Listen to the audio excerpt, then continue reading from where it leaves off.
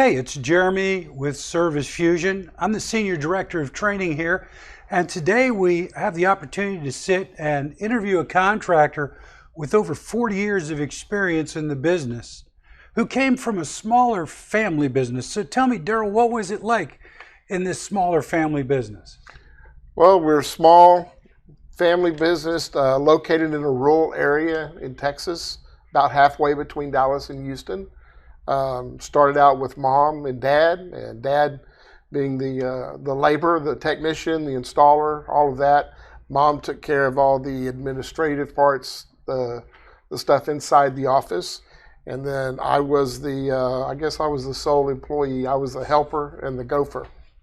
And then you eventually graduated into doing service work and things of that nature. Yeah, when I was 16, I started making a few service calls on my own now and then. I was lots of times just taken out to a job for an install and just left to take care of those things so my dad could go take care of service calls. So I was doing installations on my own. And then by the time I was 18, I was making more service calls now and then by myself.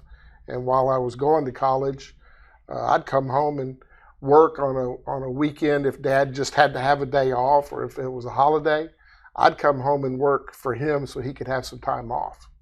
And then I understood you took a small break of 7 years to serve in the military, so thank you for your service. But when you came back and you got back involved in the business, what kind of profit was the business making? We were doing okay. We were making a living, created jobs for ourselves. We were looking at single digits, 5-6% range, something like that. Nothing to write home to mom about, but we were doing okay. Which is actually typical in the industry. Service trades see between 3 to 6%, so that's not that uncommon. But were you really happy with those margins? Not really. Everybody always wants a little more.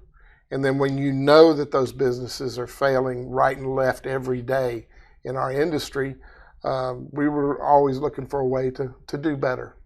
Especially being in a small area, there probably wasn't an immense amount of competition, but still hard to do business. It's still not a whole lot, but competition's competition, and we welcomed it. It was great. It was good for us. Yeah. So you heard about flat rate pricing. Tell us how you came to hear about this concept of menu or flat rate pricing. Okay. Well, flat rate pricing was introduced to us by our distributor and our supplier. We had heard about it for several years, even though we didn't get involved with it that much. But we were aware of what it was and gave us a chance to go out and give customers pricing that would allow us to say it's going to take X amount of dollars to do this job, and it wasn't a guess. It wasn't a thing of, if it takes me longer, it'll cost this much more money. And customers were always happy to get that rate, that flat rate. I could tell somebody it's going to be X amount, whether it takes me 30 minutes or 3 hours, it's going to cost the same amount of money. So after you learned about it, you were on board with the concept. Absolutely. The hard part was actually kind of convincing my dad. When you learned how to figure your labor rates and things like that, I had a little pushback from him for at least a year. After that, during that year, I experimented a little bit. I had a few tasks that I just put out there and did some flat rate pricing on my own. And so when it came time to switch, later on, my mom went to boot camp with me. I went to boot camp and found out about flat rate. Then we had more chance for training, so we had 2 slots again. So mom went with me to training, and she was on board. So we just had to convince dad. Once we convinced him, then we kind of went forward. But he wasn't real sure about it. Well, what was his hesitancy? The thing about figuring out what your street rate is or what your labor rate is, and he was just one of those things, well, we can't charge that much to do that job. And I told him, I said, look, Dad, I've already been doing this for a year. One of my test tasks was putting in fan motors. And instead of giving a labor rate and then a timetable and a part, time and material, I just started giving a flat rate for doing that job, $300 at that time for doing that job. And I told him, I said, I've been doing it for a year and we haven't had any problems. So you were at, if I remember from our discussion, $75 an hour approximately. Yes. And your company was making a profit. But the reality is when you went to the boot camp, you found out that it wasn't the service department, was it? No. What we discovered by going to boot camp is that our installation side of our business was basically supporting everything. Service was what we all considered a necessary evil. We had to do those service calls in order to get those contract jobs for replacing equipment and things like that. So we were supporting the whole business basically with our contracts on our installs. So when you calculated this, you went to the business class, you calculated all this, what did it come up with that you needed to charge an hour to be profitable in service, not just your company?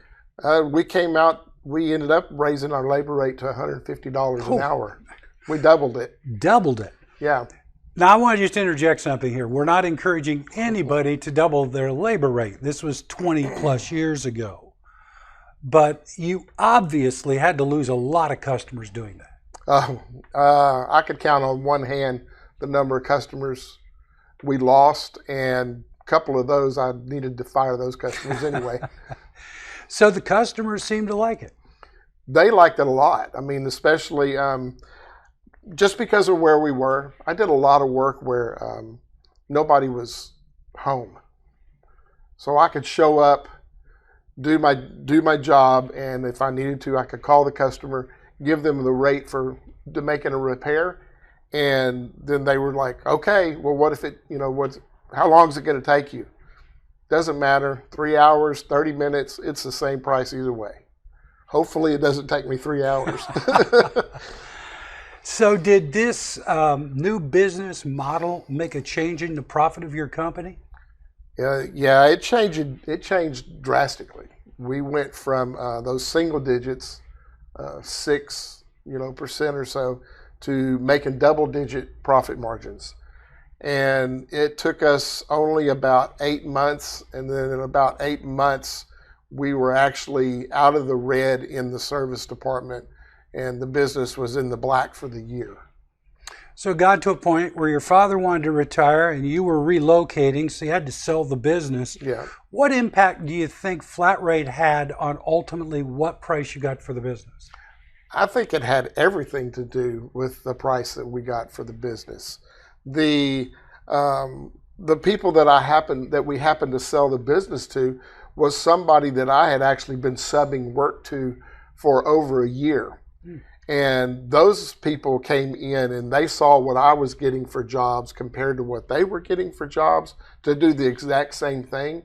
And they were like, wow, we really love what you get for your work, so much better than what we get for ours. And we're always having to negotiate something, our time or something with somebody, or somebody's fussing about it's taken us too long to do a job because it was going to cost them more money. But that wasn't happening in our business. So the fact of the matter was you actually got paid what you were worth instead of getting paid what the customer thought you were worth. I believe that's true, yes. Yeah. So then what advice, Darrell, finally, could you give to contractors that are sitting on the fence saying, I've heard about flat rate, don't know if I want to do it.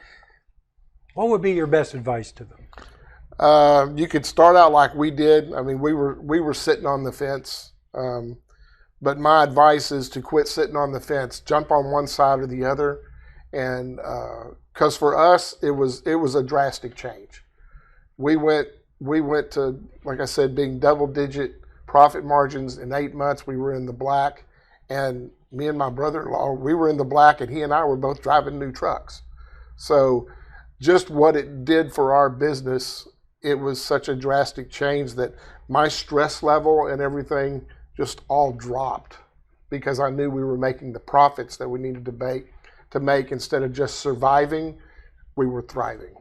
Well, and it's not only about profits, it's also about customer satisfaction, isn't it? Absolutely. Who wants to go in a restaurant and buy a steak by the pound and then have to pay based on how long it cooks on the grill? That's right. Or pay for the length of a movie. We're in a menu-driven society today. Everybody expects to have an upfront price, and our customers are no different. We've just got stuck in this thought process of time and material because that's the way it was done 40, 50 years ago. So Darrol, I appreciate you coming and talking to us today. And I want to remind everybody that the type of boot camp Darrol went to is actually taught here at Service Fusion, the Pricing for Profit program. And if you have interest in flat rate, which is now integrated in our product, please reach out and contact us and we can help you have the same success that Darrol had. Thank you, Darrol. You bet.